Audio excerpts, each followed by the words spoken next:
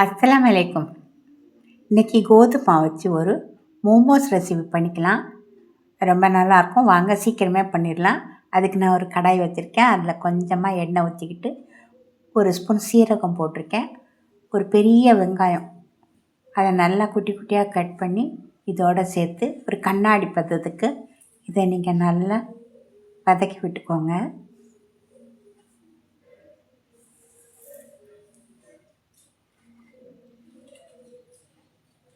இப்போ ஒரு ஸ்பூன் இஞ்சி பூண்டு பேஸ்ட்டு சேர்த்து அதையும் நல்லா வதக்கிக்கோங்க. பச்சை வாசனை போகிற வரைக்கும் வதக்கி விட்டுக்கோங்க. இப்போ 2 கேரட் நல்லா துருவி வச்சுருக்கேன். நல்ல பெரிய பெரிய கேரட்டு அதை சேர்த்துக்கலாம். சேர்த்து இதையும் நல்லா கலந்து விட்டுக்கோங்க. அரை ஸ்பூன் மஞ்சப்பொடி சேர்த்துக்கலாம். இப்போ பாருங்கள், மட்டன் எடுத்திருக்கேன்.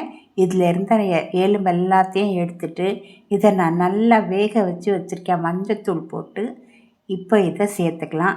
இந்த மட்டன் ஆப்ஷனல் தாங்க. இந்த மட்டன் உங்களுக்கு வேண்டான்னா நீங்கள் இந்த கேரட்டு, நான் இப்போ கேப்சிகம் சேர்க்க போகிறேன்.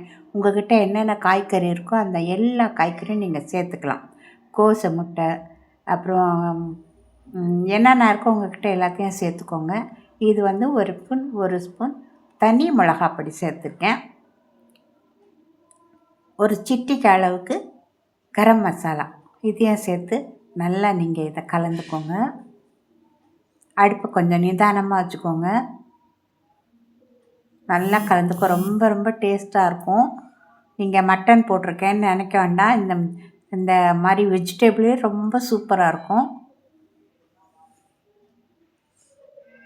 இப்போது நான் கட் பண்ணி வச்சுருந்த கேப்சிகமும் சேர்த்தாச்சு.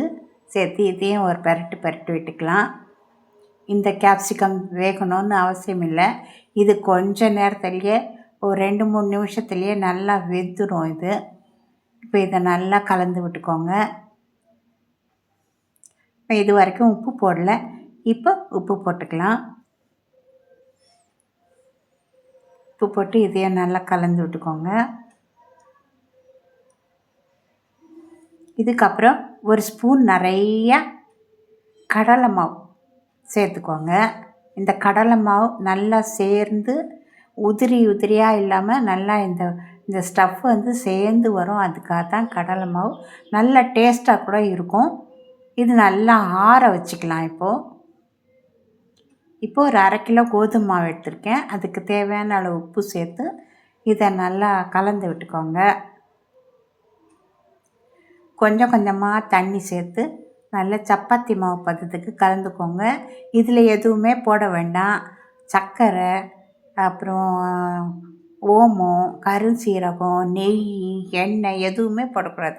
வெறும் தண்ணி, உப்பு 2மே தான் போடணும். இதை நம்ம ஸ்டீம் பண்ண போகிறோம். ஆவியில் வேக வைக்க போகிறோம். அதுக்காக எதுவுமே இதில் போடாதீங்க. இதை நல்லா கொஞ்சம் கெட்டிய பதத்துக்கு கலந்து விட்டுக்க பாருங்கள். இந்த மாதிரி கலந்து விட்டுக்கலாம். இதை நல்லா இன்னும் கொஞ்சம் நல்லா தேய்ச்சி நல்லா சாஃப்டாக பண்ணிக்கோங்க. இது ஒரே அளவான ஒரு பெரிய பெரிய உருண்டைகளாக நம்ம பிடிச்சிக்கலாம். நான் 6 உருண்டை பிடிச்சிருக்கேன். இதில்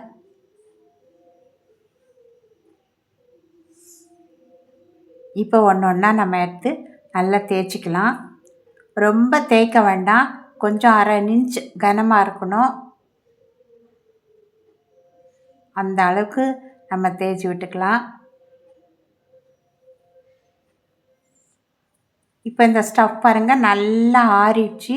இதில் கொத்தமல்லி, நிறைய கொத்தமல்லி சேர்த்துக்கலாம். சேர்த்து இதை நல்லா கலந்து ஒரு பக்கமாக வச்சுக்கோங்க.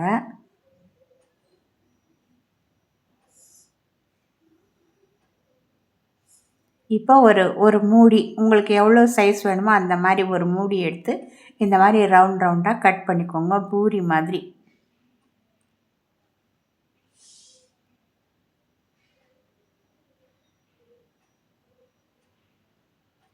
நல்லா கொஞ்சம் அழுத்தம் கொடுத்து கட் பண்ணிக்கோங்க. இல்லை எனக்கு இவ்வளோ பெருசாக வேண்டாம், எனக்கு சின்னதாக வேணும்னா அதுக்கேற்ற மாதிரி ஒரு மூடி வச்சு நீங்கள் கட் பண்ணிக்கோங்க. இது ஒரு மீடியமான லெவலில் தான் இருக்கும். இதில் நம்ம ஒரு ஸ்பூன் ஸ்டஃப் வச்சுக்கலாம். வச்சு இதை மோமோஸ் மாதிரி மடித்து விட்டுக்கோங்க. ஐயோ! இப்படி மடிக்கிறீங்களே! இதெல்லாம் நமக்கு கஷ்டமா இருக்கும் அப்படின்னு நினைக்காதீங்க. இது ஈஸியாவே பண்ணிடலாம். இந்த முதல்ல நம்ம பண்ணும்போது கொஞ்சம் தப்பு தப்பா வரும். அதுக்கப்புறம் கரெக்ட்டா வந்துரும். இது பாருங்க இந்த மாரி மூடிட்டேன் நானு. சிலது வந்து மூடாம ஓப்பனா கூட பண்ணியிருக்கேன். பாதி ஓப்பனா இருக்கும், பாதி மூடி இருக்கும். இதே மாரி நான் எல்லா மோமோஸையும் பண்ணிட்டேன்.